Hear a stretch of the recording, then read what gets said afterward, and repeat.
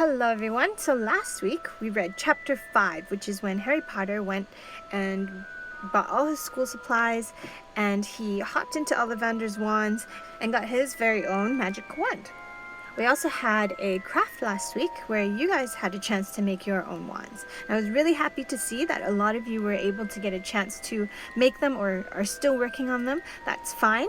The most important element for this week's activities is really just your imagination. So whether or not you made a wand, it doesn't matter. If you made one, that's great. It'll help you visualize and maybe give you some more inspiration and ideas for your writing. But if you didn't, your imagination is your best wand, okay?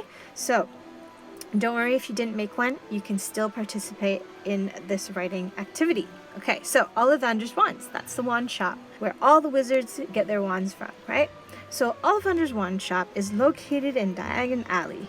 The shop is owned by the Ollivander family. The family is known as the best wand makers in Britain and among the best in Europe. Mr. Garrick Ollivander has been running the shop for the family since the 1930s. He remembers every wand he has ever sold and the story behind it. Today, as a first year, you will be visiting Ollivander's to choose your wand. Or actually, as the Ollivanders would tell you, the wand will choose you. After you have received your wand, it is up to you to tell the story behind it. What is your wand made out of? Remember when Harry visited Ollivanders? In that scene, Mr. Ollivanders mentions all sorts of different types of magical materials that all the wands were made out of. Remember, we have things like unicorn feathers and phoenix feathers and all sorts of different types of mystical creatures and different types of wood too, remember? If you don't remember exactly, just go back to chapter 5 and read that part again, okay? Don't have to choose exactly what he mentioned. It could totally be made up. Use your imagination. What is the story behind that animal? Now, they ask you the story behind that animal because every wand contains a piece of an animal, like unicorn hair or phoenix feathers. So if you chose, for example, unicorn hair, well, what is the story behind that unicorn? What is special about that unicorn? Did that unicorn go through something? Is it a special unicorn? Or maybe it's not a super special unicorn, but it still has a story, right? You can be as imaginative as you want with your ideas. All right, how long is it? For those of you that made wands, I'd like you to measure those wands. Okay, and for those of us who did not get a chance to make wands, you can make this part up. So, of course, it's probably going to be in centimeters. You're not going to have a wand that's going to be less than a centimeter, and you're not going to have a wand that's going to be a whole meter long, right? So this part is going to be in centimeters. All right, so how much did you pay for your wand? This one you can also make up. Okay, was your wand expensive or was it pretty decent? All right, now this part is really important. You need to describe your wand in detail, how it looks, smells, and feels. If you made a wand or if you have a wand at home, I'd like you to take a close look at it. How does it look? Don't just say it looks like a stick, okay, with some swirly lines on it. I want you to really go into detail and describe it with as many words as you can, okay? And how does it smell? If you have one, take a sniff. See if it smells like anything. It probably doesn't smell very good.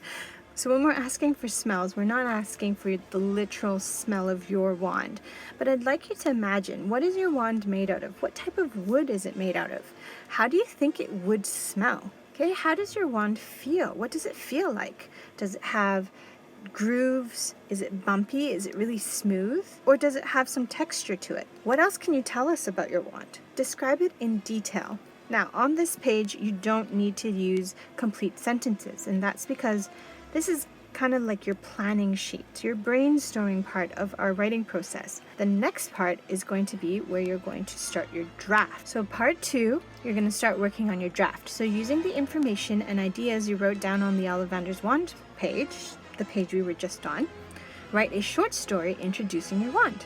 Include all the details you wrote about and elaborate them. All right, so tell us about your wand, include all those details. What's the story behind it? Be as creative as you want, all right? So this is the story of your wand. Once you have written your draft, The next part of our writing process is to move on to revising and then editing. Remember, to revise means to improve your writing by expanding your thoughts, adding more details, and maybe removing words that we don't need. Okay, you can use this toolkit, ARMS, to help guide you through the process. So when you're done that, you're going to move on to editing. Remember, we're going to use cups like we did in class, okay? We're going to look for capital letters. We're going to look for making sure that all your words are used correctly. Your tenses, nouns, verbs, all of those are correct. We're going to look for punctuation, and we're going to look for our spelling, okay? So capital letters, we use red. For usage, we use blue. For punctuation, we're using green. And for spelling, we're using purple, okay? So I want you to do your best to try to do some editing and make sure that it is a ready to publish piece, because the next step for today and tomorrow, you can gauge your own time and see when you want to work on this, but we're going to publish our story. So you have a choice. You can either write it on this template that we've given you. Okay, so the story of your wand, you write your story on the lines, and then this box here is for you to draw your wand, okay? You can do that, or you can publish your story on Seesaw. I'll be setting up an activity there for anybody that wants to publish their story there, okay? So if you publish it on Seesaw, you don't need to publish it on here, and on Seesaw, you can share it with all your classmates. Okay, so that's all for today. Have fun with it, and I can't wait to read all of your stories. If you have any questions, find us on Seesaw.